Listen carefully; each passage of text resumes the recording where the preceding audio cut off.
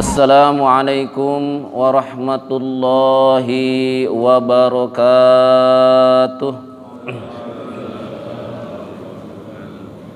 Amin. Sebelum dilanjutkan, hadirin, selamat tahun baru Islam 1 Muharram, di mana kita sudah mengetahui terulang-ulang ini ayat A'udzubillahi minasyaitonirrajim. Bismillahirrahmanirrahim. Inna iddatash syuhuri indallahi isna asyara syahran fi kitabillah yauma khalaqas samawati wal ardi minha arba'atu hurum. Al-ayah ila akhirul ayat. Jadi bulan-bulan yang diciptakan oleh Allah Subhanahu wa taala sejak Allah menciptakan ini jagat raya dan seisinya, alam dan makhluknya, maka bulan itu ada 12 bulan. Di mana di antara 12 bulan itu ada arba'atu hurum, ada 4 bulan haram. Ini berurutan 3 bulan haram ini, Dzulqa'dah, Dzulhijjah, Muharram, dan yang lainnya adalah Rajab.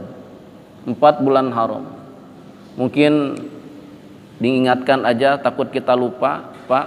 Muharram yang pertama adalah bulan Muharram. Setelah Muharram,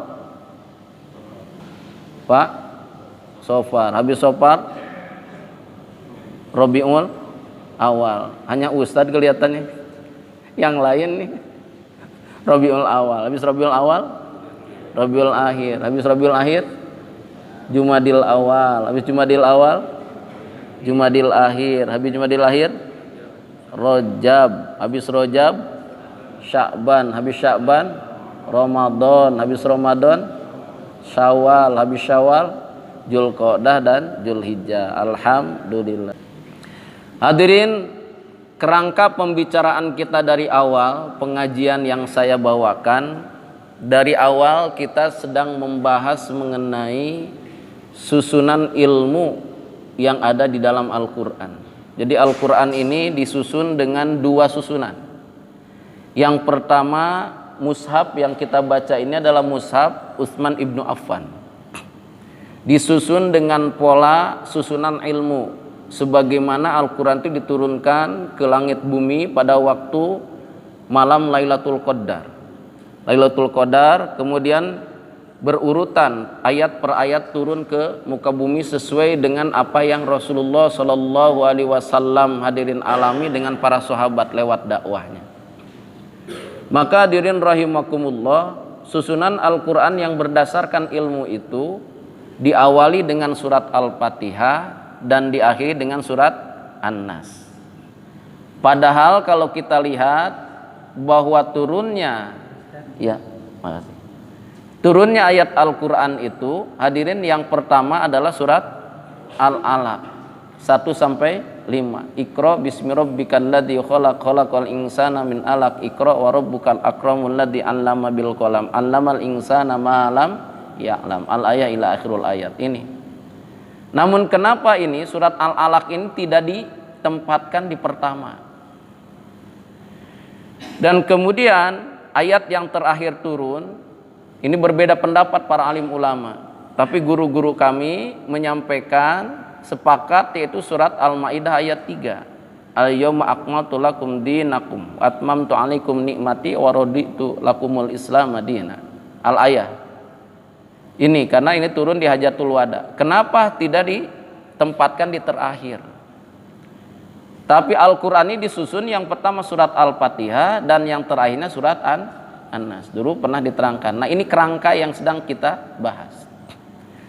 Maka kemudian karena kita manusia, saya ingatkan lagi bahwa kemudian kita membahas mengenai soal pertama yang dilemparkan oleh Abul Quran. Abul Quran ini adalah surat An-Nas. Kenapa surat An-Nas ini surat keberapa surat An-Nas, Pak? 114. Kenapa tidak ada surat ke-115? Dan surat yang terakhirnya itu adalah surat An-Nas, manusia. Ini isyarat bahwa tidak ada lagi makhluk yang diciptakan oleh Allah Subhanahu wa taala setelah manusia. Kalau manusia ini habis, bayi yang terakhir terlahir di hari kiamat ini habis dan sudah lahir, sudah kehidupan berakhir. Berganti dengan baru, yaitu alam akhirat. Sudah. Ini disebut Abul Quran. Sementara surat Al-Fatihah disebut surat Ummul Quran. Maka antara bapak dengan ibu kemarin bersoal. Soal pertama dari bapak. Apa katanya? Qul a'udzu birabbin nas. Katakanlah aku berlindung kepada Rabb manusia. Siapa Rabb manusia? Allah. Kata siapa? Kata surat Al-Fatihah, Bismillahirrahmanirrahim, Alhamdulillahi Rabbil Alamin. Rabbun nas, Rabbul Alamin. Ini yang kita perdalam ini, Allah sebagai Rabb. Nanti setelah beres ini baru kita berbicara Malikin nas. Setelah Malikin nas nanti beres, kita bahas Ilahin nas. Setelah Ilahin nas kita beres bahas, maka nanti kita bahas mengenai Ilahin nas, min syarril waswasil khannas alladzi yuwaswisu fi sudurin nas minal jinnati wan nas. Jadi golongan jin dan manusia nanti terakhir kita bahasnya. Nah, kenapa Rabb harus didulukan kita bahas? Karena pertama kali kita masuk ke alam barzah, kubur namanya, yang ditanya apa? Man rabbuka? Siapa Rabb kamu? Nah, maka Rabb manusia ini adalah Rabbun nas, Rabbul alamin. Alhamdulillahi Rabbil alamin. Tapi tidak sekonyong-konyong Allah mengaku Rabb seluruh alam kalau logika manusia ini tidak tunduk kepada pernyataan Allah. Maka diawalilah dengan Bismillahirrahmanirrahim. Alhamdulillahi Rabbil alamin. Sebuah keterangan menerangkan bahwa seluruh Al-Quran ini 114 surat, 30 juz, 6.500 ayat. Ulama berpendapat sepakat di 6.500 ayat, tapi ada lagi yang mengatakan 6.666 ayat. Kenapa berbeda pendapat? Ulama berbeda definisi atau ta'rif mengenai ayatul Quran. Ada yang menghitung antara awal Quran dengan yang dibulatin itu. Ada lagi yang menghitung antara awal daripada kalimat hadirin rahimakumullah ayat dengan tanda daripada wakof, itu pun adalah satu ayat. Maka berbeda pendapat di situ. Oke, kita lanjutkan. Lalu kemudian hadirin rahimakumullah, dari seluruh isi Al-Quran ini dalam keterangan, maka hadirin rahimakumullah saripatinya ada di dalam juz pertama. Juz pertama saripatinya ada di dalam surat Al-Baqarah. Surat Al-Baqarah saripatinya ada dalam surat Al-Fatihah. Surat Al-Fatihah ada di dalam surat dua ayat pertama. Bismillahirrahmanirrahim. Alhamdulillahi Rabbil Alamin. Ada yang berpendapat katanya Bismillah tidak masuk kepada surat Al-Fatihah. Pertanyaannya Imam Syafi'i menyampaikan lalu masuk ke surat yang mana? Karena Bismillahirrahmanirrahim ada di dalam surat An-Naml ya. Innahu min Sulaimana wa innahu bismillahirrahmanirrahim. Nah, di situ. Kalau bismillah dengan alasan ini adalah masuk kepada surat itu, alhamdulillah juga sama berarti. Karena ada dalam surat Az-Zumar terakhir.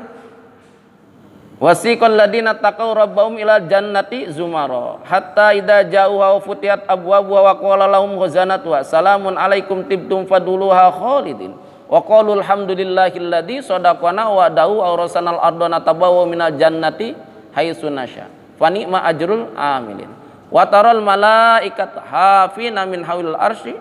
Kemudian nah di situ ada alhamdulillahi rabbil alamin terakhir. Oke, bukan itu materi kita, ini hanya mengingatkan saja. Nah, kemudian hadirin rahimakumullah, saripatinya ada di dalam Bismillahirrahmanirrahim, Alhamdulillahi Rabbil Alamin. Dua ayat ini saripatinya ada di dalam Bismillahirrahmanirrahim. Bismillahirrahmanirrahim, saripatinya ada di dalam huruf bi-nya. Bi-nya rahasia dan saripatinya ada dalam titik ba-nya. Makanya Wali Songo yang asli dari Indonesia ada dua, yaitu hadirin rahimakumullah Sunan Kalijogo. Datang beliau ke Sunan apa gurunya, Sunan Bonang. Maka Sunan Bonang bertanya, mau apa nak mas kau datang kepadaku? Maka beliau bilang, bapakku menyuruh aku untuk menimba ilmu kepada Syekh. Mau ilmu apa? Aku ingin tahu mengenai rahasia titik ba dalam kalimat Bismillahirrahmanirrahim. Jadi cukup Pak, ilmu tidak perlu banyak-banyak. Tahu titik ba saja dalam kalimat Bismillahirrahmanirrahim. Oke, nah dari situlah kemudian kita membahas kenapa huruf ba itu seperti begitu. Ada titiknya, kenapa ada alifnya. Bahkan awal-awal tuh tulisan Bismillahirrahmanirrahim itu ada alifnya di situ, karena alif tidak bisa didahului oleh huruf yang lain. Alif, kemudian ba ada titiknya di bawah. Kenapa alif berdiri? Ba, Bapak mungkin kita berpikir kenapa ya? Seperti hieroglif itu. Alif, ba titik di bawah, kemudian ta titik di atas, ada 2 titiknya. Kemudian sa titiknya 3. Lalu kemudian setelah itu abatasa ja jim, kok ada titiknya di perutnya? Jim, ha hilang titiknya, ada kho titik di atas. Kebetulan atau memang ini sebuah hieroglif? Sebuah pertanda yang menandakan sesuatu. Ini Al-Qur'an loh, firman Allah. Subhanallah. Oleh karena itu kemarin kita sudah bahas. Nah, untuk memperdalam ini harus ma'rifat dulu kepada Allah. Nah, kemarin kita sudah bahas ciri daripada syarat orang ma'rifat kepada Allah itu harus man arafa nafsahu faqad arafa rabbahu, mengenal dirinya. Maka kemarin kita sudah bahas mengenai rahasia jasad itu bisa ditundukkan dengan syariat Islam. Kemudian akal pikiran bisa ditundukkan dengan 2 ikra. Ikra bismi rabbikal ladzi khalaq, khalaqal insana min alaq. Itu adalah kecerdasan intelektual. Yang kedua, ikra wa rabbukal akramul ladzi 'allama bil qalam, 'allamal insana ma lam ya'lam, kecerdasan spiritual. Itu adalah pengalaman karena kehidupan kita sudah ditulis dengan kolam. Ikra wa rabbukal akramul ladzi 'allama bil kolam. Kolam itu yang sudah mencatat kita di Lauhil Mahfud. Perjalanan hidup kita itulah yang disebut dengan pengalaman. Pengalaman adalah guru yang terbaik. Terima apa tidak kodrat irodatnya Allah. Nah, itu kecerdasan spiritual. Orang yang sudah bisa menundukkan akal pikirannya dengan 2 ikra itu, memiliki kecerdasan intelektual dengan kecerdasan spiritual, mampu dia membaca ayat-ayat kauniyah dengan ayat-ayat kauliyah, maka insya Allah dia bisa menembuskannya syariat Islam itu menjadi thariqatul iman ke dalam kolbu, lalu nantinya akan masuk kepada hakikatul ihsan. Nah itu.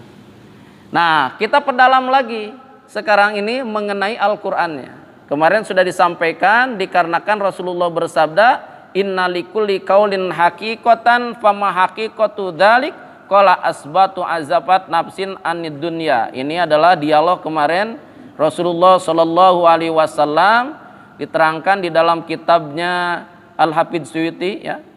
Imam Al-Hafidz As-Suyuti. Kemarin Rasulullah berdialog dengan seorang sahabat namanya Yasir bin Malik.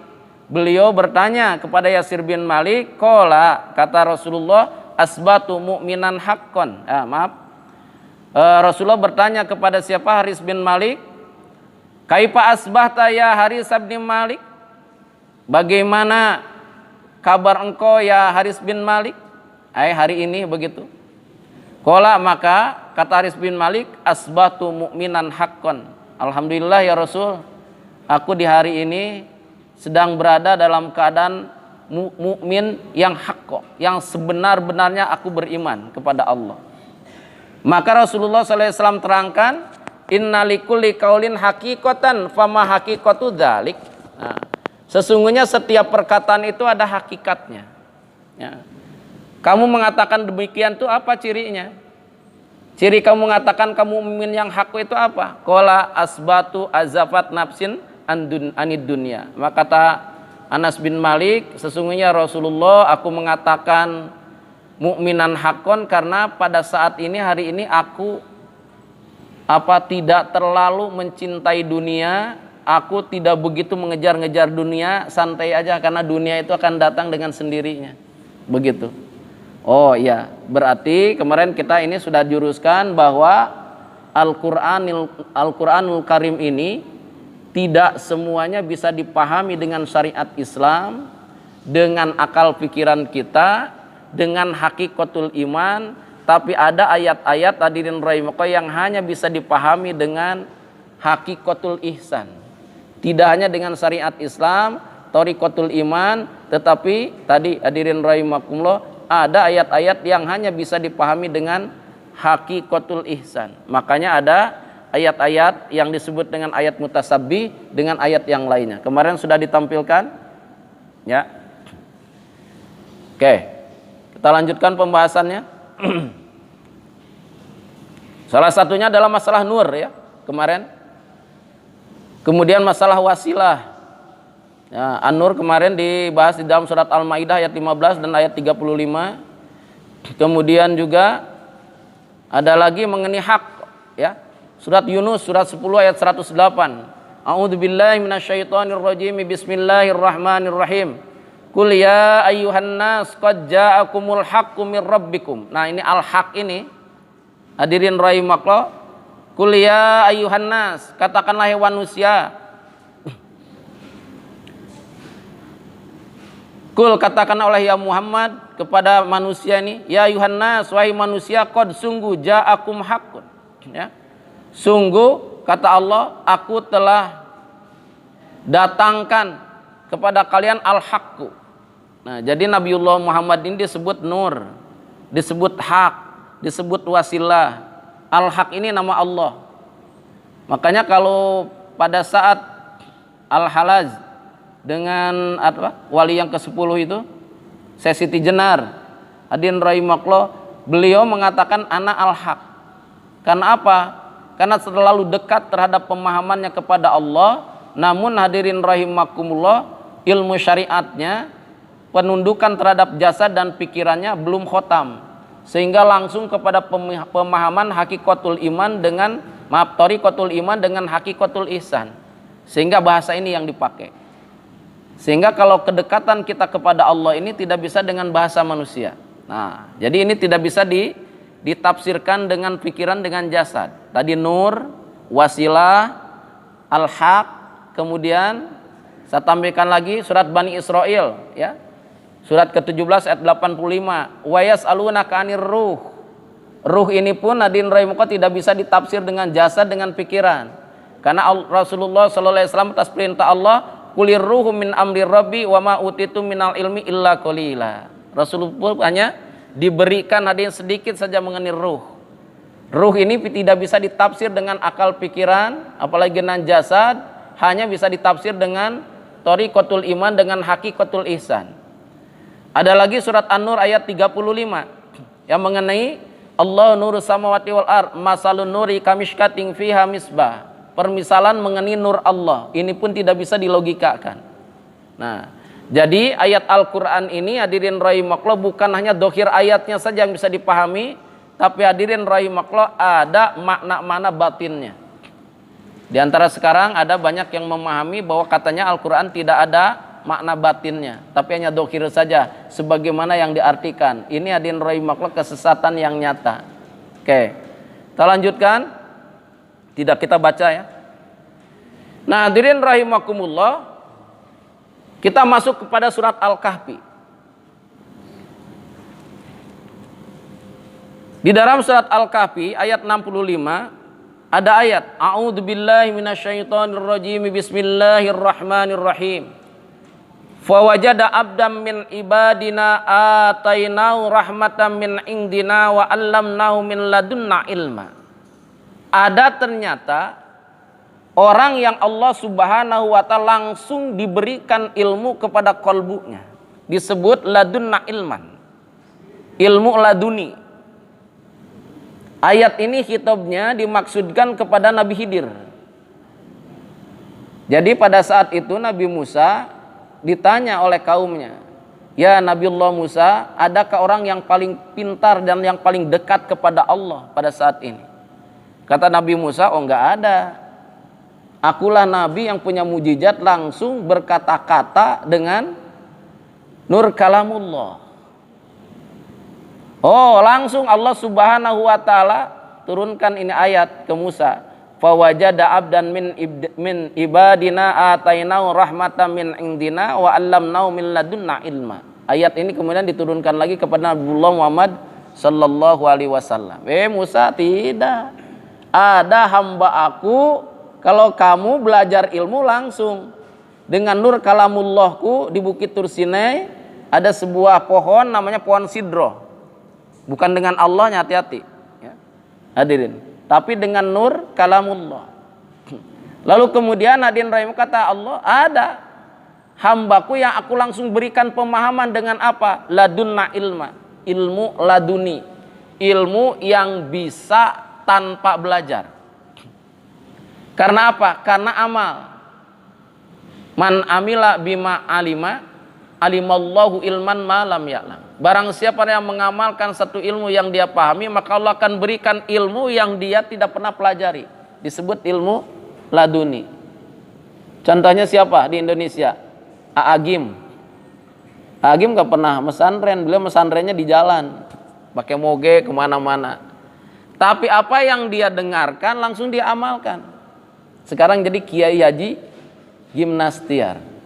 Mesantrennya pun baru kemarin pada saat beliau ada masalah rumah tangga, 4 bulan saja di Kiai Ajengan Umar di sana, di Ciamis. Baru itu 4 bulan aja.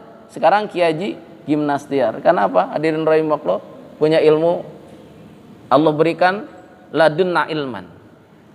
Lalu kemudian hadirin rahimakumullah, siapa lagi? Almarhum Ustadz Arifin Ilham. Beliau hadirin rahimakumullah tidak memiliki mursyid zikir. Tapi amalan beliau ini, beliau tidak pernah meninggalkan sholat malam. Fatahajjad bihi nafilatan lak. Dan beliau yakin bahwa orang yang beramalkan ini, dan beliau tidak pernah hadirin rahimakumullah ketinggalan sholat malam sejak beliau dewasa. Dan beliau yakin Allah akan mengangkat derajatnya. Ya. Karena saya dekat, karena sama kami dengan guru kami penasihat di Adzikra, beliau suka curhat-curhatan. Subhanallah. Lalu kemudian beliau pun punya zikir yang kalau dizikirkan, ditasbihkan, orang bisa menangisnya. Subhanallah walhamdulillah wala ilaha illallah wallahu akbar. Ini padahal tasbih ini tasbih yang kita kenal. Tapi kalau dibawakannya oleh almarhum Ustadz Arifin Ilham, semoga Allah merahmati beliau, lain bawaannya. Nah sekarang hadirin rahimakumullah diteruskan oleh penggantinya, tidak sama. Dikolaborasi dengan apapun, nadanya sama seperti ini, tidak tembus ke dalam kolbu, apalagi ke dalam ruh, lain. Karena Allah berikan ladunna ilman, ilmu laduni. Karena kebersihan kolbu, karena satu perkara yang dia pahami langsung diamalkan. Subhanallah. Oke. Nah, tentang surat Al-Kahfi kita bongkar. Di dalam surat Al-Kahfi ini hadirin rahimakumullah ada 3 kisah. Dan pertanyaannya, kenapa Rasulullah Shallallahu Alaihi Wasallam menganjurkan kita untuk membaca surat Al-Kahfi? Ada sebuah hadis dari Ad-Darimi, Rasulullah SAW bersabda, man qara'a surat Al-Kahfi lailatal jum'ati adha'alahu minan nuri fima bainahu wa bainal baitil atiq. Satu nih. Kemudian hadis dari Abu Dardanya, man hafidha asyra ayatin min awali suratil kahfi usima minad dajjal. Surat Al-Kahfi. Ada apa ini dengan surat Al-Kahfi? Kemudian lagi hadirin rahimakumullah, ada lagi An Ibnu Umar qala Rasulullah sallallahu alaihi wasallam, man qara'a surat Al-Kahfi fi yaumil jum'ati sata'alahu nuran min tahtil qadami ilal ananis samai yudi ulahu yaumal qiyamati wa ghufira lahu ma baina jumu'ataini. Hadis riwayat Bakar bin Mardawai. Hadirin rahimakumullah, ada apa ini dengan surat Al-Kahfi? Kata Rasulullah sallallahu alaihi wasallam, barang siapa orang yang dia suka membaca surat Al-Kahfi di malam Jumat, maka Allah Subhanahu wa taala akan anugerahkan nur cahaya kepadanya seperti yang Allah, hadirin rahimakumullah, simpan nur itu antara Baitul Atiq, antara apa? Masjidil Haram dengan Ka'bah. Itu para malaikat tuh berkumpul di situ. Makanya NASA dulu pernah memotoknya, hadirin rahimakumullah, dari ketinggian di bumi itu ternyata satu-satunya yang bercahaya hanyalah Mekah. NASA tuh. Gak percaya buka di Google atau tanyakan langsung ke NASA. Bercahaya. Nah, orang, hadirin rahimakumullah, yang suka membaca surat Al-Kahfi malam Jumat, hadirin rahimakumullah, maka Allah akan anugerahkan cahaya itu nanti di akhirat. Kalau di dunia tidak kelihatan.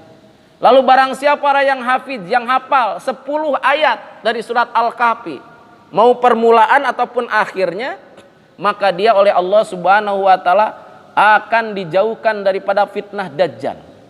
Surat Al-Kahfi surat keberapa? Ke-18. Dalam hadis lain, barang siapa orang yang dia suka membaca surat Al-Kahfi malam harinya atau siang hari pada waktu Jumat, maka Allah akan anugerahkan cahaya di kakinya, di seluruh anggota badannya pada saat nanti di yaumal akhir. Ini ada apa surat Al-Kahfi?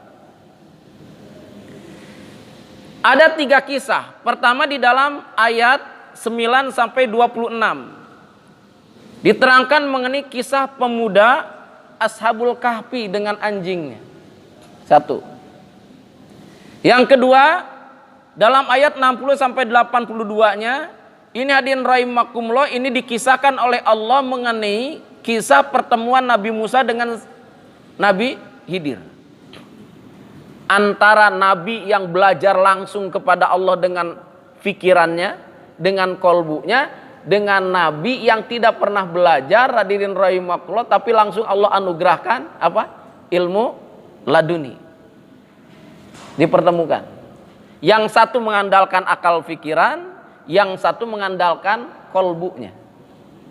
2. Yang ketiga, hadirin rahimakumullah, ayat 83 sampai 85, ada kisah Zulkarnain yang membuat tembok untuk bangsa Ya'juj wa Ma'juj. Pertanyaannya, kenapa Rasulullah sallallahu alaihi wasallam meminta kita, menyuruh kita untuk mengamalkan, mendawamkan surat Al-Kahfi ini? Padahal lihat, itu kisah-kisah masa lalu. Kenapa kira-kira? Ada apa dengan akhir zaman ini? Sehingga diantaranya, barang siapa yang menghafalkan 10 ayat saja awal atau akhir dari surat Al-Kahfi ini, dia akan dijauhkan atau terbebas dari fitnah Dajjal laknatullah alaihi. Boleh kita diskusi, kenapa kira-kira? Oke, kita diskusi, Pak. Kenapa surat Al-Kahfi ini menjadi penyelamat kita, hadirin rahimakumullah? Hanya 10 ayat, apalagi kalau berayat-ayat.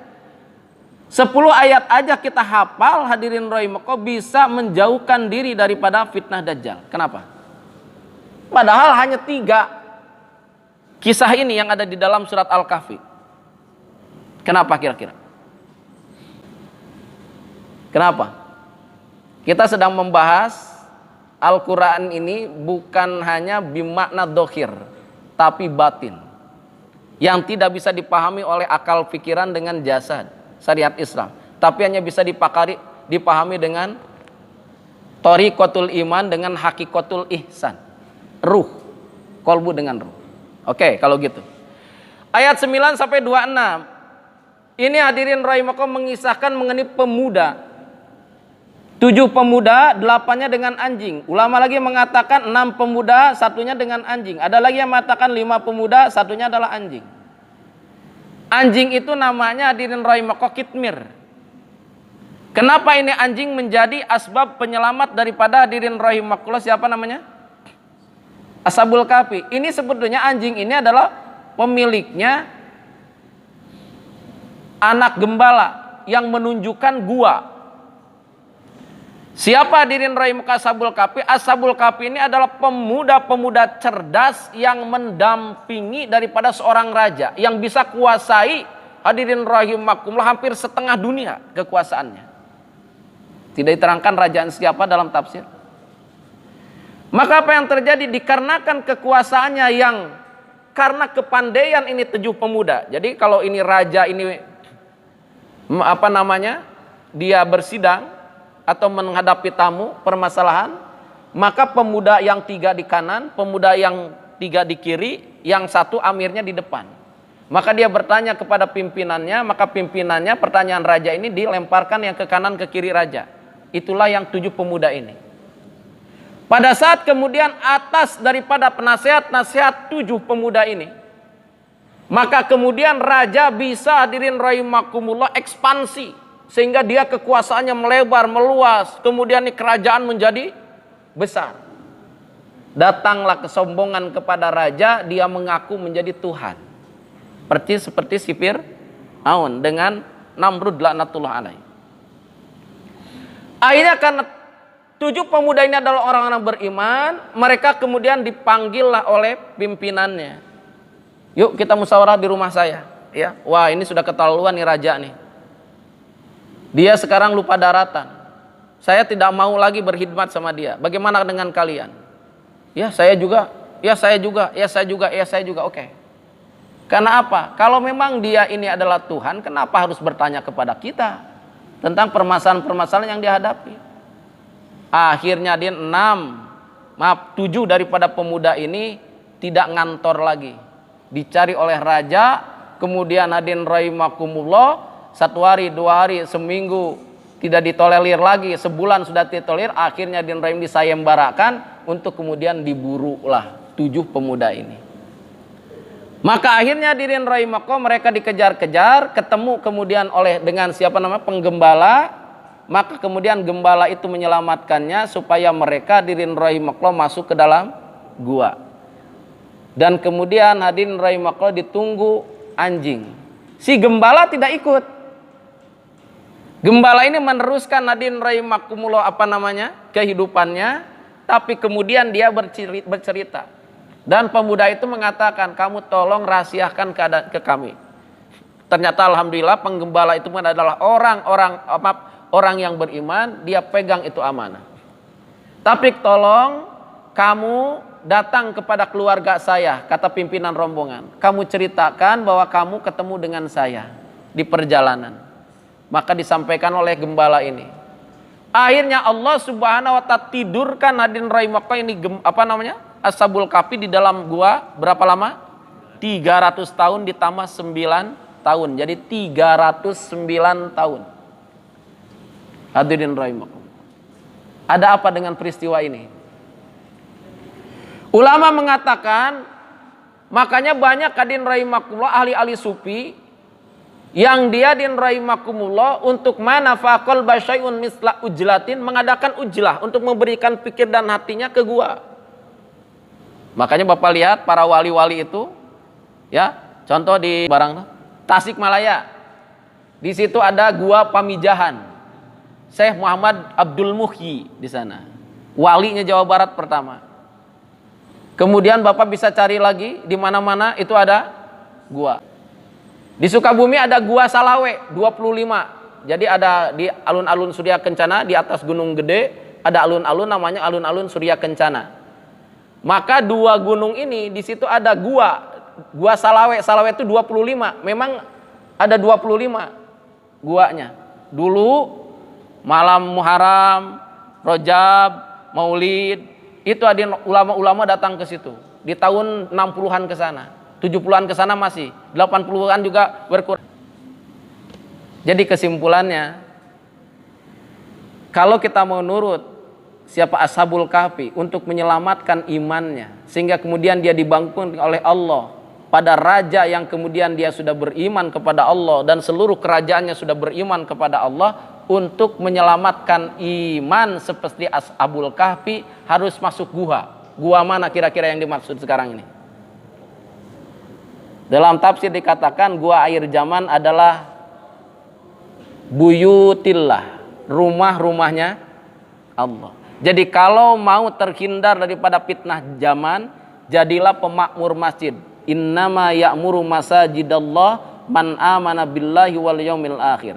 Innama ya'muru. Inna nunnya nun taukid. Barang siapa orang yang memakmurkan masjidnya Allah. Ya'muru masajidallah. Jamak taksir.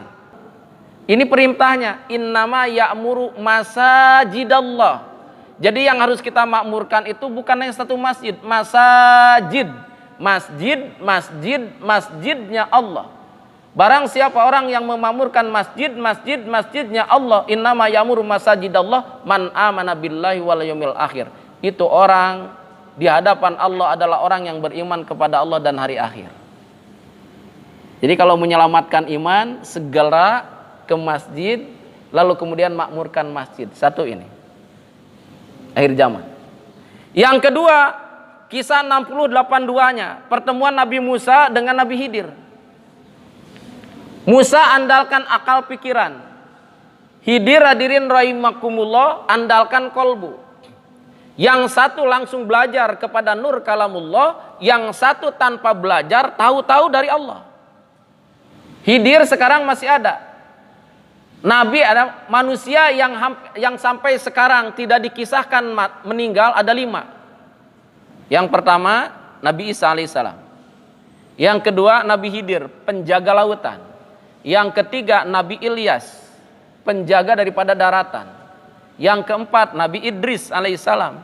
Yang kelima seorang anak yatim piatu yang kemudian Allah kurung di dalam daripada lautan, dan itu pernah bertemu dengan Rasulullah Sallallahu Alaihi Wasallam. Saking dia rahimahullah taat kepada ibu bapaknya, dan sampai bapak ibunya tua dia rawat. Maka Allah hidupkan di kurungan di dalam lautan. Tidak dikisahkan meninggal 5. Maka hadirin rahimahullah, Nabi Musa 3-0 menghadapi Nabi Khidir. Kisahnya Nabi Musa, Nabi Khidir berjalan, ada perahu dibolongin. Tidak masuk logika, protes Nabi Musa. Ada anak kecil dibunuh. Lalu kemudian datang ke satu kampung, ada rumah jelek diperbaiki. Sudah, Nabi Musa otaknya tidak sobar. Akhirnya kata Nabi Khidir, sudah aku peringatkan, kamu tidak akan sobar. Oke, kalau begitu kita berpisah. Ini pertanda akal kalah dengan kolbu. Ini isyarat bahwa di akhir zaman ini kita jangan terlalu mengandalkan ini. Tapi andalkanlah kolbu dengan ruh. Hakikotul dengan torikotul iman, dengan hakikotul ihsan. Karena nanti Dajjal laknatullah alaihi datang dengan cara menundukkan akal manusia. Dia datang kepada orang yang mati. Dia katakan, hei mayat, kum biidni. Hidup kamu atas izin aku. Coba bayangkan tuh. Ada ibu-ibu, anak-anak yang sedang nangis menghadapi suaminya dan bapaknya. Bapak, kenapa meninggal? Bapak, kenapa meninggal? Dajjal datang. Kum biidni. Bangun. Tapi dia bilang dulu ke anak dengan istrinya, kalau sekiranya ini bapak kamu, istri suami kamu, bapak kamu ini hidup lagi, kamu mau bagaimana? Siapa yang bisa menghidupkan? Atas izin aku dia bisa hidup. Tapi kamu mau jadi pengikut aku? Oh mau.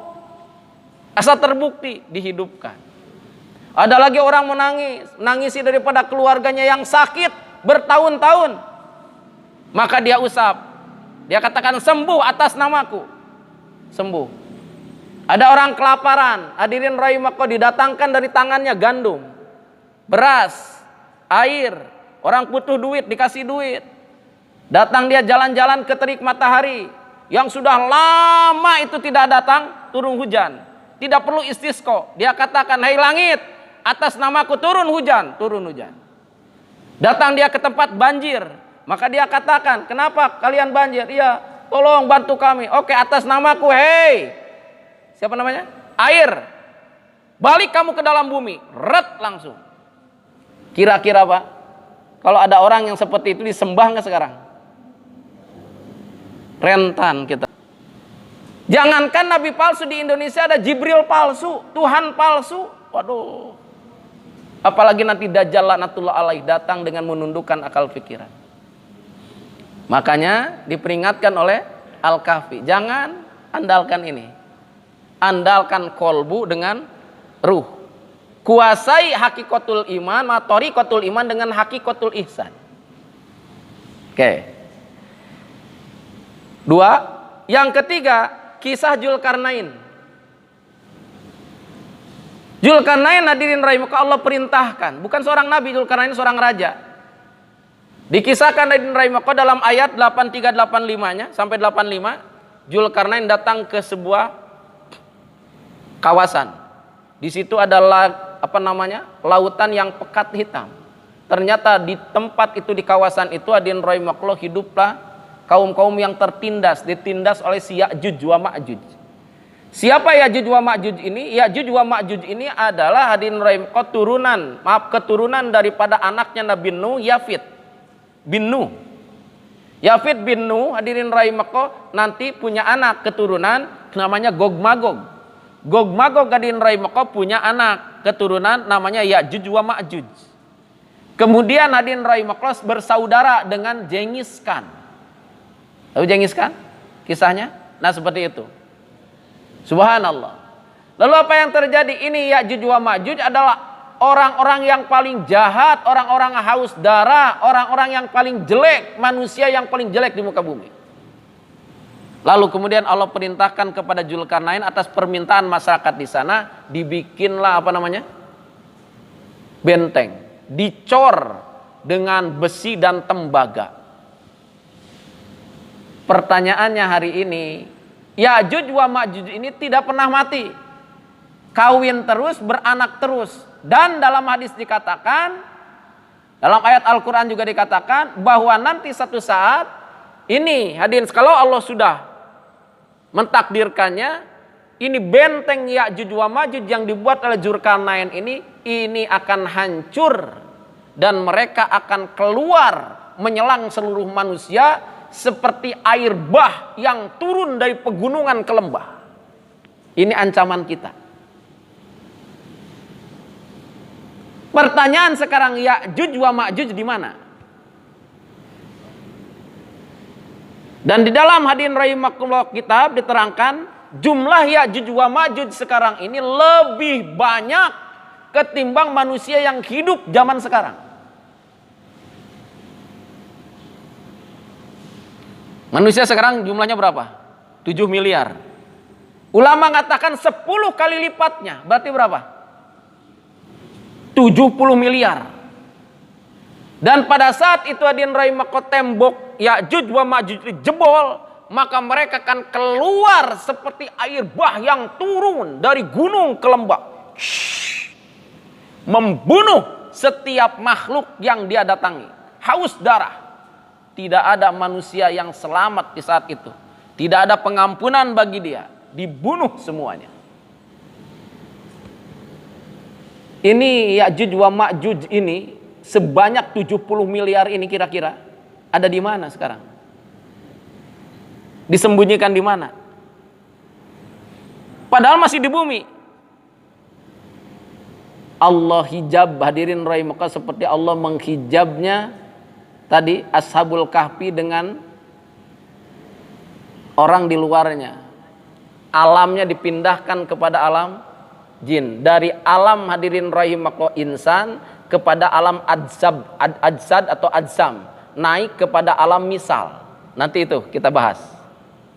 Jadi dipindahkan sehingga kita tidak melihat, tapi mereka melihat kita. Ayat yang berlaku ayat jin. Jin itu hadirin rahimakumullah melihat kita, tapi kita tidak melihat dia. Jadi Ya'juj wa Ma'juj dengan pasukannya, dengan tentaranya, dengan panglimanya sudah tahu negara mana yang harus saya serang, negara mana yang harus saya hancurkan, mana manusia yang harus dibunuh. Subhanallah. Mana pengikut saya, dan pengikut-pengikutnya menjadi budak-budaknya. Subhanallah. Ini ancaman kita, Pak. Jadi hari ini kita hidup seperti hadirin rahimakumullah di dalam laut, di mana laut itu seperti apa? Amsterdam, ya. Amsterdam itu kan di tengah laut ya, pinggirnya laut. Ini kalau damnya itu dihancurkan, sudah air bah datang. Seperti begitu. Seperti kita hidup di perkampungan yang di depan kita ada bendungan besar, dan kita hidup di bawah bendungan itu. Sementara bendungan itu sudah retak, kira-kira gimana? Allahu Akbar. Jebol sudah. Bagaimana cara menyelamatkannya? Tapi insya Allah Pak, jangan takut. Cara menguatkannya agar hadirin rahimakumullah ini tembok Ya'juj wa Ma'juj tidak pecah, agar kiamat kubro tidak datang dengan cepat, hanya ada satu jalannya. Kuncinya adalah yad'u ilallah, ajak orang lain kepada Allah. Jadilah da'inya Allah, diawali dengan hidupkan ini, makmurkan masjid.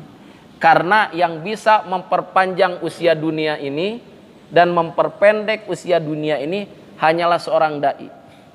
Manakala da'i ini mengajak orang lain untuk menyelamatkan dirinya dengan keluarganya, diajak kepada Allah Subhanahu wa Ta'ala, maka kapan saja hal itu terus berlanjut, maka ini dunia akan panjang usianya. Saat perkara ini tidak ada, maka dunia pun akan hancur. La ilaha illallah. Kiamat itu sebetulnya terjadi pada saat bulan ini membelah. Lihat di dalam surat Al-Qamar. Iqtarobatis sa'ah wasangkol qamar. Telah datang saatnya kiamat pada saat bulan membelah. Kapan bulan membelah? Pada saat Rasulullah SAW berhijrah dari Mekah ke Madinah, diminta oleh cendekiawan orang kafir Quraisy Mekah agar Rasulullah membelah bulan. Maka kemudian bulan itu dibelah bagi dua, satu ke kanan, satu ke kiri, dipisahkan lagi. Pada saat itu harusnya terjadi kiamat. Tapi kenapa tidak jadi kiamat? Karena Rasulullah SAW adalah Rasul, seorang da'i. Kalau saja Rasulullah tidak mengkader menjadi sahabat menjadi da'i yang menyebarkan agama ke seluruh dunia, saat Rasulullah wafat, maka kemudian dibelah, bulan yang sudah membelah kemudian rapat, dia akan berpisah lagi belah, maka terjadi kiamat. Tapi sampai hari ini tidak kiamat karena masih ada da'i-da'inya Allah. Itu Pak. Jadi bagaimana kita cara menahan daripada Ya'juj wa Ma'juj itu? Satu saja, semuanya jadi da'i. Watawa sobil haq, watawa sobi sober. Jangan sholat sendirian, jangan ngaji sendirian, jangan sodako sendirian, ajak orang lain untuk seperti kita. Oke, kolbu kita. Insya Allah dari saya cukup sekian. Kebenarannya datang dari firman Allah dan sabda Rasulullah. Kesalahan yang datang dari kebodohan saya pribadi. Minta ampun kepada Allah, minta maaf kepada yang di tempat ini. Semoga Allah Subhanahu wa ta'ala wafatkan kita dalam keadaan husnul khatimah. Amin ya rabbal alamin. Ya Rabbi bil Mustafa balik maqasidana waghfir lana ma madha ya wasi'al karami. Ya Allah biya, ya Allah biya, ya Allah bi husnil khatimah. Ya Allah biya, ya Allah biya, ya Allah bi husnil khatimah. Insyaallah kita tutup dengan doa kepada majelis. Subhanallah bihamdihi, subhanakallahumma bihamdika, asyhadu an la ilaha illa anta, astaghfiruka. Assalamualaikum warahmatullahi wabarakatuh.